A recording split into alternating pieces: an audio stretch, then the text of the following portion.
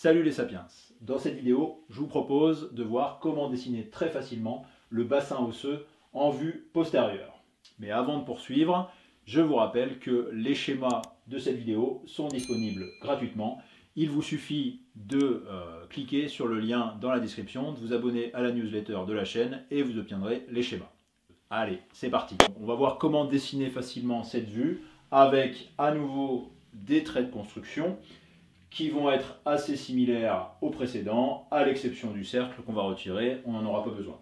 Donc, pour commencer, eh bien, on trace à nouveau un trapèze isocèle à grande base supérieure et petite base inférieure.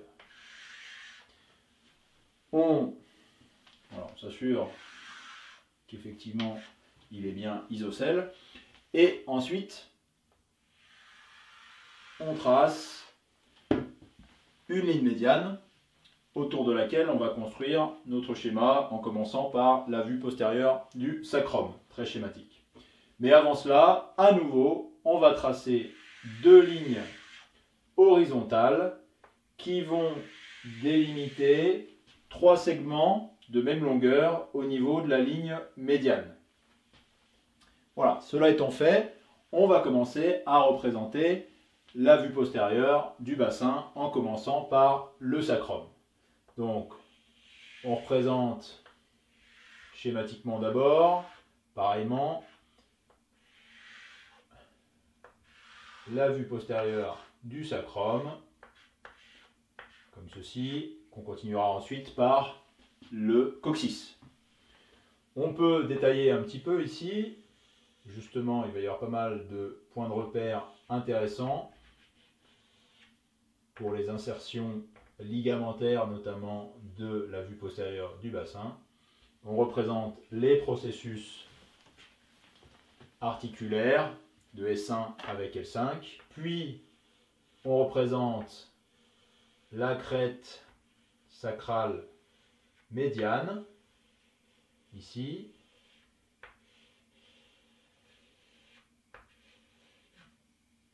Ensuite, ici, on a le hiatus sacré, comme ceci. Et donc, effectivement, on va représenter ensuite la crête sacrale intermédiaire, en dehors de laquelle on va retrouver les foramen postérieurs, enfin les foramen sacrés postérieurs. Ici. Et en dehors de ces foramen, on va retrouver la crête sacrée latérale. Voilà. Donc ces crêtes et cette tubérosité vont donner insertion à des structures ligamentaires et musculaires, comme on le verra. On représente ensuite le coccyx avec la première vertèbre coccygienne en vue postérieure, avec les crochets, puis les vertèbres coccygiennes suivantes, plus petites évidemment, et maintenant on a la vue postérieure schématique du sacrum. On peut ajouter ici les gouttières sacrales et on va pouvoir représenter les ailes, enfin les os coxaux maintenant.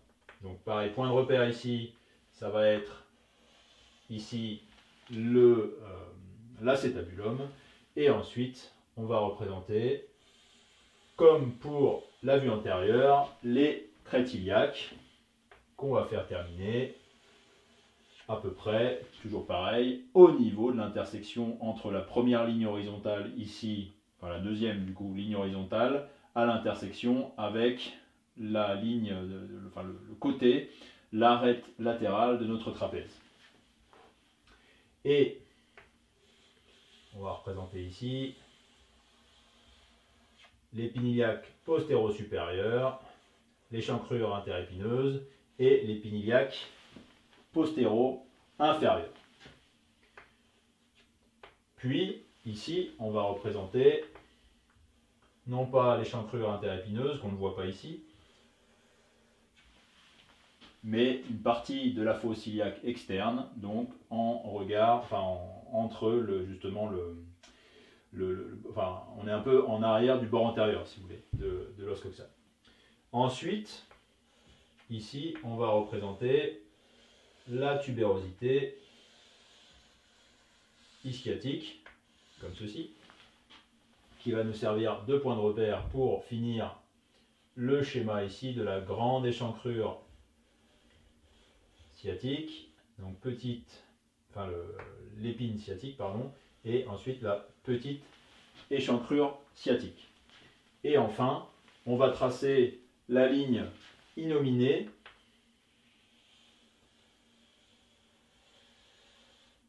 comme ceci, et qui va ensuite se continuer. Donc là, c'est caché en partie par le coccyx, mais on aura évidemment la symphyse pubienne ici sur la ligne médiane. Et ensuite, on va représenter ici le foramen obturé en vue endopelvienne, comme ceci.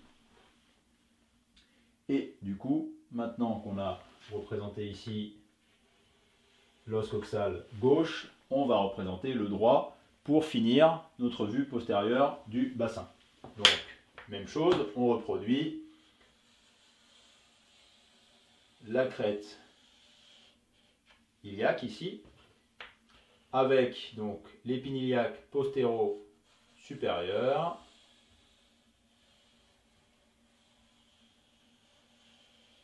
voilà, comme ceci. On peut la faire descendre plus bas, ici, puis on rejoint le relief postérieur de la cavité acétabulaire, et ensuite en dessous, on va retrouver ici la tubérosité ischiatique, hop, comme ceci, et enfin du coup, échancrure interépineuse postérieure ici, l'épiniliaque postéro-inférieur, la grande échancrure sciatique, l'épine ischiatique et la petite échancrure sciatique pour finir. Et enfin, du coup, pareil, on va représenter le bord antérieur de l'os iliaque, de l'os coxal, pour terminer ce schéma. Voilà, comme ceci. Et de la même façon, on va représenter le foramen obturé droit. Et du coup, ensuite, on peut terminer le sacrum ici. Voilà. Hop, comme ceci. Et du coup, on a la vue postérieure du bassin. Et on va pouvoir rajouter quelques éléments intéressants à cet endroit-là. Je vous propose, pour commencer, de rajouter les deux dernières vertèbres lombaires en vue postérieure. Donc on va commencer par L5 et son apophyse épineuse massive. Hop. Donc faites vraiment une cinquième lombaire très large et tracez, voilà, deux lignes convergentes vers le haut pour représenter justement, qui passe, du coup cette ligne passe par les articulations zygapophysaires. Et du coup, ce qui veut dire que l'écartement des articulations zygapophysaires est plus large sur justement la dernière, enfin l'étage L5 et 5.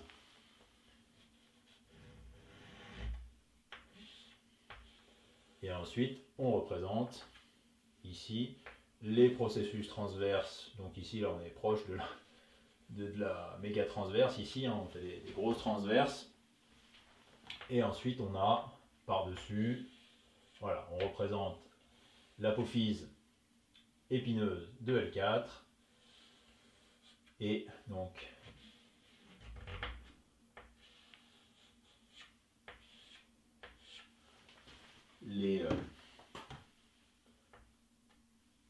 transverse, le processus transverse ou caustiforme de L4 qui sont déjà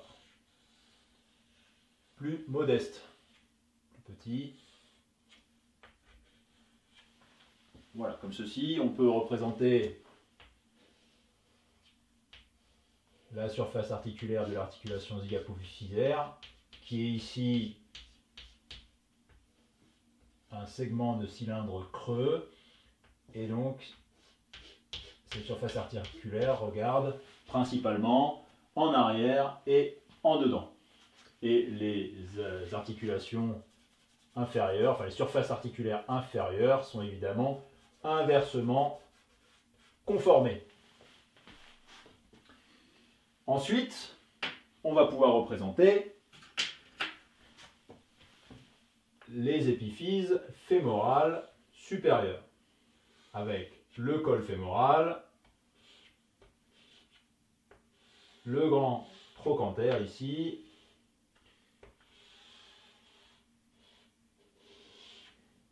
et le petit trochanter, voilà, comme ceci. Et ici, on va pouvoir représenter le début de la ligne âpre sur le corps, enfin sur la diaphyse du fémur. Et du coup, ensuite, on peut représenter la même chose de l'autre côté, côté droit, avec donc le col fémoral droit, le grand trochanter,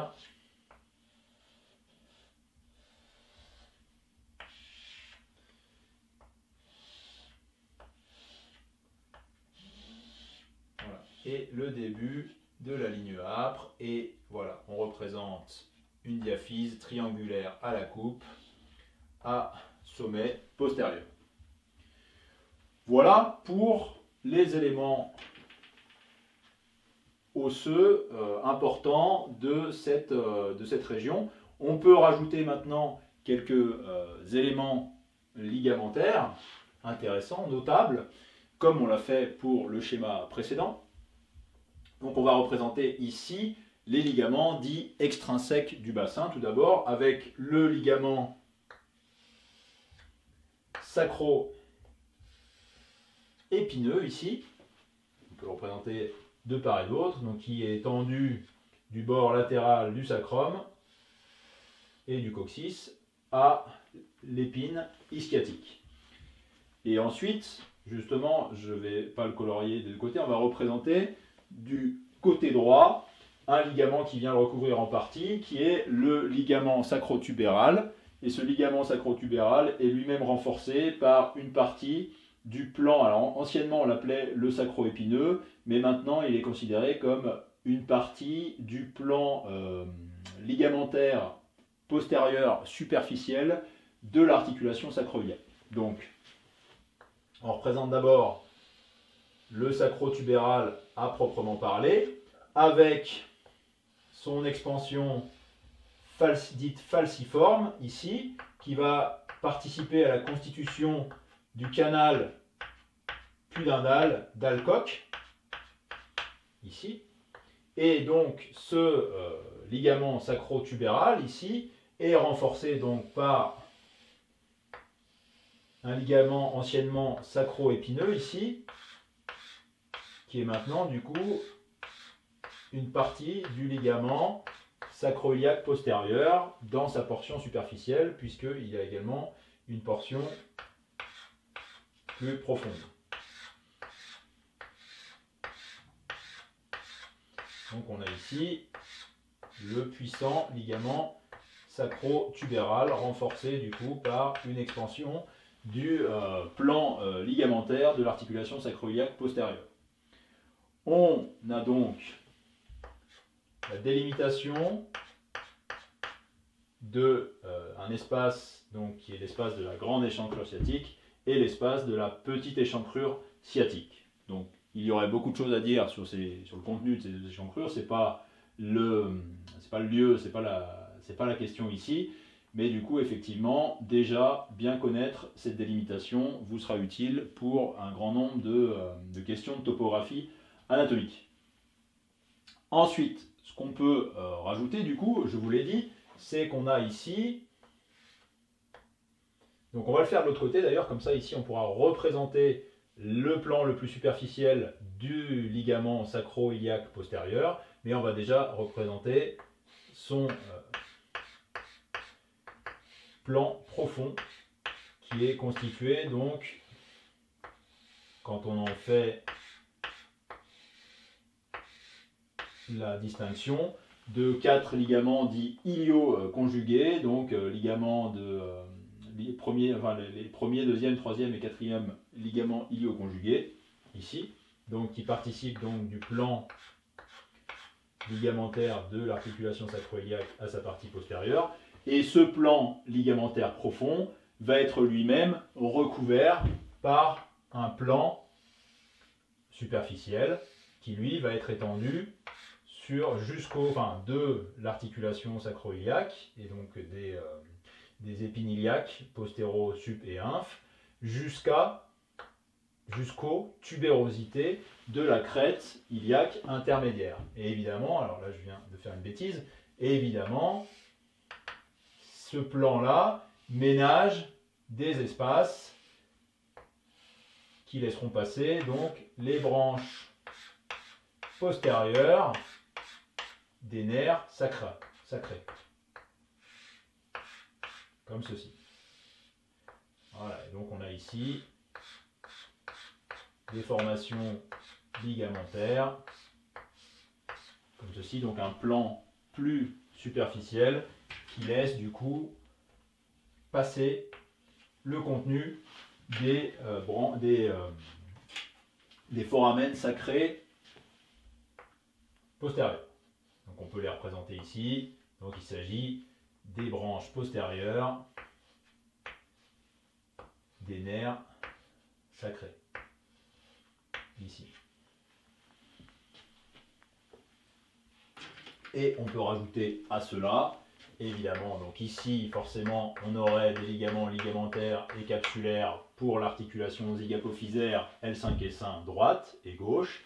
Et on va avoir également ici, donc on l'a vu dans la prochaine vidéo, dans la vidéo consacrée à la vue antérieure du bassin, on a également le ligament ilio-transversaire, non, le ilio-lombaire, pardon, qui naît de la transverse et qui va sur l'ilium, donc il est effectivement ilio-transversaire, donc au niveau de L5 et au niveau de L4. Et du coup, au niveau L4-L5, on a le ligament intertransversaire qui est un petit peu associé à ce ligament ilio-lombaire. Ce qui fait qu'on a justement pareil des orifices ici qui vont être un peu plus réduits et qui vont laisser passer de la même façon les nerfs, enfin les branches postérieures de L5 et de L5 et L4, des nerfs L4 et L5. Donc voilà pour les principales formations ligamentaires. On peut en rajouter une qui est le ligament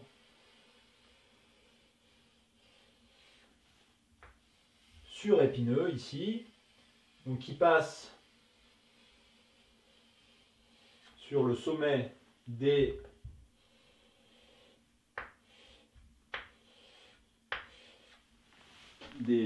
processus épineux, comme ceci, qui, selon certains auteurs, passerait en pont au-dessus de l'épineuse de L4, L5, S1 et S2 et serait en fait donc associé à ces épineuses par un raffet ligamentaire et du coup effectivement c'est une disposition dont on entend peu parler mais qui est décrite par certains auteurs. Je vous mets la référence dans la description de la vidéo si ça vous intéresse. Et ensuite on a effectivement la terminaison de ce ligament surépineux qui se divise en 4 petites parties, un petit éventail et dont les expansions les plus latérales vont se terminer sur les crochets du coccyx, de la première coccygienne, et ensuite voilà, les expansions les plus médiales vont se terminer sur les coccygiennes. Voilà pour la représentation en dessin anatomique du bassin osseux en vue postérieure. Comme d'habitude, je mets à votre disposition des mini-formations pour améliorer votre méthodologie d'apprentissage et votre façon d'apprendre l'anatomie. Tout ça est disponible gratuitement évidemment dans la description de la vidéo. Quant à moi, je vous remercie de votre attention et je vous dis à bientôt. Salut!